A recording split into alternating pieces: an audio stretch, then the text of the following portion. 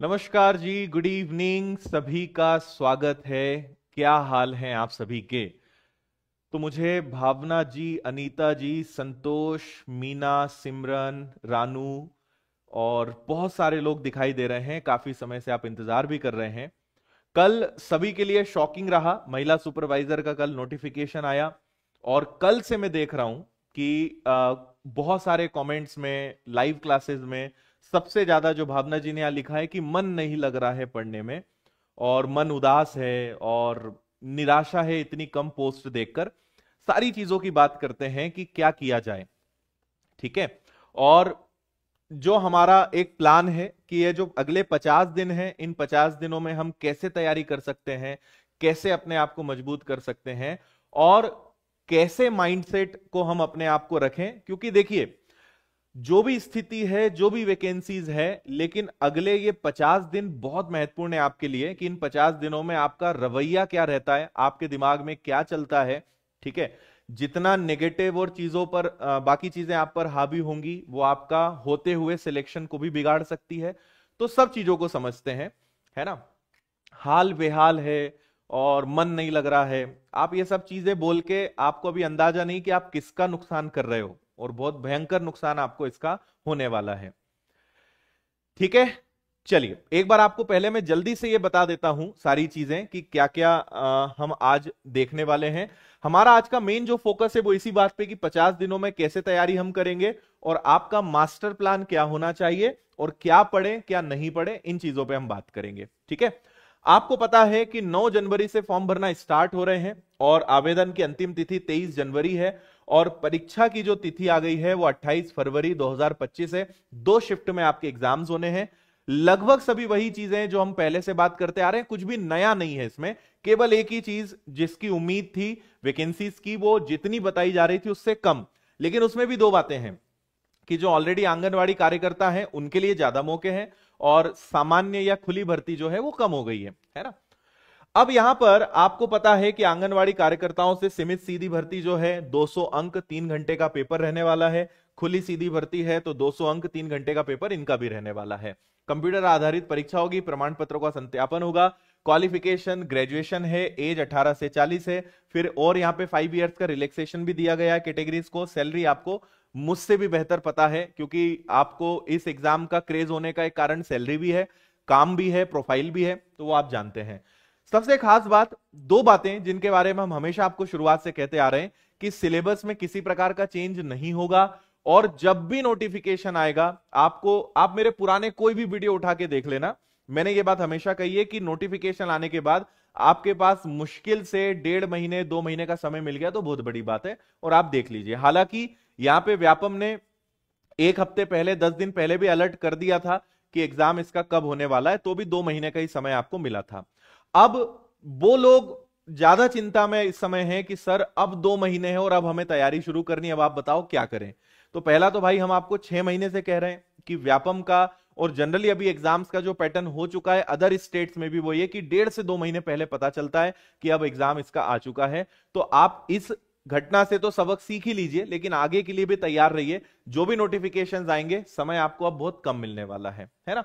बाकी हम बात करते हैं तो पोषण एवं स्वास्थ्य जिसके 55 सवाल रहेंगे, सामान्य ज्ञान तर्क शक्ति के 55 सवाल रहेंगे, प्रबंधन के 45 सवाल रहेंगे, शिशु की प्रारंभिक देखभाल के 45 सवाल रहेंगे। टोटल 200 सवाल आपके पास होने हैं, 3 घंटे का समय है और लगभग हर सब्जेक्ट यहां पे इंपॉर्टेंट है। एक ही जगह बच्चे यहां पे कंफ्यूज होते हैं, वो सोचते हैं सामान्य ज्ञान मतलब हिस्ट्री, ज्योग्राफी, पॉलिटी यही पढ़ना है, तो इसका सामान्य ज्ञान एकदम अलग है।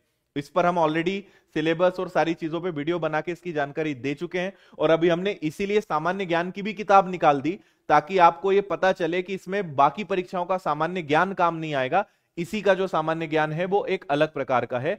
और मैं चाहूंगा हमारी टीम से कि जो हमारी चारों पांचों किताबें हैं वो भी बुला दो, तो मैं दिखा दूंगा अभी यहां पे लाइव कि कौन कौन सी किताबों में क्या क्या चीजें दी हुई हैं, वो भी मैं आपको भी दिखा दूंगा, है ना। तो इन सब की किताबें भी हमने इसलिए निकाली है क्योंकि इसका कंटेंट मिलता नहीं है, या मिलता है तो बड़ा आपको जुगाड़ से पढ़ना पड़ता है। पोषण स्वास्थ्य, क्योंकि ये परीक्षाएं रेगुलर नहीं होती है ना, तो इसको हम समझते हैं। तो अभी इन पे हम बात करेंगे कि इन सबको आपको कैसे तैयार करना है। सिलेबस में आप देखिए पोषण में पोषण एवं स्वास्थ्य में क्या क्या पढ़ना है, टोटल 55 नंबर है, 55 प्रश्न है। किस किस यूनिट से आपको क्या क्या पढ़ने को मिलेगा वो सब आपको यहां पर दिख रहा है। ठीक है, सामान्य ज्ञान को इसको अच्छे से समझ लो। सामान्य ज्ञान में इसमें योजनाएं आती हैं, जो महिलाएं बाल विकास स्वास्थ्य संबंधित योजनाएं, नियम अधिनियम आते हैं, शारीरिक संरचना, कंप्यूटर, गणित और तर्क शक्ति, ये सब मिलकर सामान्य ज्ञान बनता है। इतिहास, भूगोल, संविधान, करंट अफेयर्स, स्टैटिक जीके कुछ नहीं आता इसमें, है ना, ये अलग प्रकार का सामान्य ज्ञान है, ये सब इसमें रहेगा। और मैंने आज कई सारे ऑफलाइन स्टूडेंट से भी बात करी, तो वो उनका कहना तो सर मैथ्स में हम बहुत टेंशन में हैं, किसी को रीजनिंग का बहुत टेंशन है। मैं आपको पहले ही बता दूं कि इसका मैथ्स रीजनिंग बहुत इजी आना है, बहुत इजी। और आपको एक चीज बता देता हूं कि इस रविवार को हम एक बढ़िया शानदार मैराथन क्लास लेकर आ रहे हैं सुबह 9 बजे, और उसका पहला लेक्चर मेरा ही रहेगा जिसमें मैं आपको मैथ्स करवाने वाला हूं। तो ये सुबह 9 बजे स्टार्ट होगी, तो आप उसमें जरूर जुड़ना। और हमारे सारे टीचर्स आपको संडे हर विषय की शानदार मैराथन दे रहे हैं, और मैथ्स की क्लास में खुद लूंगा, तो आप उस दिन देखिएगा कि मैथ्स कैसा आता है। मैथ्स को लेकर चिंता मत करना, मैथ्स बिल्कुल भी इसमें घबराने वाला नहीं है, सामान्य है, आराम से पढ़ के आप इसको कवर कर सकते हो। ठीक है, फिर तीसरा जो हमारा खंड है प्रबंधन का, मैनेजमेंट का, उसमें क्या क्या आता है वो आप यहां पे देख सकते हो। और शिशु की प्रारंभिक देखभाल में क्या क्या आता है ये सब आप देख सकते हो। मैं इस पर अभी डिटेल में इसलिए बात नहीं कर रहा हूं क्योंकि हमने पिछले 5-6 महीनों में 2 से 3 वीडियो सिलेबस पे बनाए हैं, सारे टीचर्स ने अलग अलग वीडियोस इन सब पे बनाए हैं, तो आपको YouTube पर इन सबके वीडियोस मिल जाएंगे डिटेल में सारी चीजें। फिर भी आप अगर चाहोगे तो मैं टीचर्स से कह दूंगा, वो आपको अलग अलग विषय का अलग अलग आपको गाइड पूरा कर देंगे। लेकिन आज हम ओवरऑल बात करेंगे कि ओवरऑल आपकी तैयारी का तरीका क्या होना चाहिए, उसको हम समझते हैं। ठीक है, तो 4 सेक्शंस आपके पास हैं, और इसमें किसी दूसरे एग्जाम की तैयारी आपको काम नहीं आएगी, क्योंकि इसके सब्जेक्ट्स किसी भी दूसरे एग्जाम्स में नहीं आते हैं। भाई आप अगर एसएससी रेलवे है तो चलो मैथ्स, रीजनिंग, जीएस, साइंस काम आ जाएगा, यहां कुछ भी काम नहीं आना है ना, सारी चीज एकदम अलग हो चुकी है यहां पर। तो आपको इसके लिए पर्टिकुलर इसी पे फोकस करना पड़ेगा। और उन लोगों के लिए जो अब एकदम जीरो लेवल से तैयारी करेंगे, उनको क्या करना है उसको भी हम समझते हैं। अच्छा, एक चीज और बता दूं कि आपके लिए विनर्स इंस्टीट्यूट जो है, हर संडे पहला तो हम आपको एक फ्री टेस्ट देते हैं, और हमारी एप्लीकेशन पे 40, 50, 60, 70 तक शायद अभी टेस्ट उपलब्ध होंगे जो निशुल्क हैं, क्योंकि हम हर संडे का टेस्ट आपको कई महीनों से दे रहे हैं। तो जो बच्चे टेस्ट लगाना चाहते हैं, प्रैक्टिस करना चाहते हैं, उन्हें विनर्स की एप्लीकेशन पर निशुल्क टेस्ट मिल जाएंगे बहुत सारे, 40-50 टेस्ट भी आप समझो कि 50 दिन है, रोज एक टेस्ट भी लगाओगे तो फ्री में ही आपका काम हो जाएगा। इतने टेस्ट विनर्स की एप्लीकेशन पर निशुल्क उपलब्ध हैं। और हम प्रीवियस ईयर्स के जो मॉक टेस्ट हैं ये भी आपको विनर्स की एप्लीकेशन पर दे रहे हैं। ये सारी चीजें आपके लिए फ्री हैं। बाकी फिर कोर्सेज और इनकी बात हम करेंगे, सारे टीचर्स हैं। 599 में हमने पूरा सिलेबस, पूरा कोर्स कर दिया है। जो भी बच्चे अच्छी तैयारी करना चाहते हैं शानदार शिक्षकों के साथ, आप इसमें जरूर जुड़िएगा, आपको बेहतरीन शिक्षक यहां पर मिलेंगे। ठीक है, और 72 टेस्ट कह रहे हैं कई सारे लोग, 72 टेस्ट हैं। चलिए ठीक है, अब पहले थोड़ी सी हम बात करते हैं यहां पर कोर्स के बारे में, और यहां पर आपको सिलेबस कैसे कवर करना है उसके बारे में। देखो, सबसे पहले अपने दिमाग में एक चीज बहुत स्पष्ट रख लो कि आपको 3 चीजों का बैलेंस बनाना है, सिलेबस का, दूसरा होता है रिवीजन का, और तीसरा होता है प्रैक्टिस का। ये तीनों पॉइंट्स को बहुत अच्छे से अपने कमरे में, स्टडी रूम में चिपका लो। इनमें से अगर कोई भी एक चीज आपने मिस करी तो आपकी पढ़ाई या आपके सिलेक्शन पे इसका असर पड़ेगा। ठीक है, और एक जो सवाल है वैकेंसी का कि सर वैकेंसी कम है, इसके लिए हम क्या करें, इस पर भी हम बात करेंगे। ठीक है, इसको भी अभी हम समझते हैं। और आपके मन में जो भी चल रहा है ना, मैं सारी चीजों के जवाब दूंगा, आप अब थोड़ी देर बस मुझे ध्यान से सुन लो। ठीक है, चलो भाई देखो, सबसे पहली बात इसकी हम करते हैं, वैकेंसी कम है तो क्या करें। मैं आपको अपने और मध्य प्रदेश के और सारी चीजों के रवैये को देखकर मैं आपको बता रहा हूं, आप कुछ भी कर लो ना, आप वैकेंसी बढ़वा पाएंगे, ना आप एग्जाम में किसी प्रकार का चेंज करवा पाएंगे। आप सोचें कि एग्जाम की डेट आगे बढ़ जाए, इम्पॉसिबल है। आप कुछ भी कर लो, क्योंकि आज नहीं, ये तो पहले भी हुआ है, पहले भी कई चीजें बच्चों ने करी है, लेकिन कोई आज तक नहीं बदला पाया है ना। तो आप अगर इस चीज को लेकर अभी उदास, परेशान, डिमोटिवेट बैठे रहोगे, मैं खुद इस बात से सहमत हूं जब कल नोटिफिकेशन देखा, दिल से हमें भी बुरा लगा कि वैकेंसीज बहुत कम है। आपने बहुत सारी चीजें करी, ये कर लो वो कर लो, मैं आपको बता रहा हूं कुछ भी कर लो वो बड़ा ना होने दिया जाएगा, ना उससे कोई हल निकल पाएगा, ये तय है। आप मान कर चलिए, नहीं कर सकते आप कुछ भी, है ना। और खुलकर बोल भी नहीं सकते हैं, उसमें भी बड़ी समस्याएं हैं।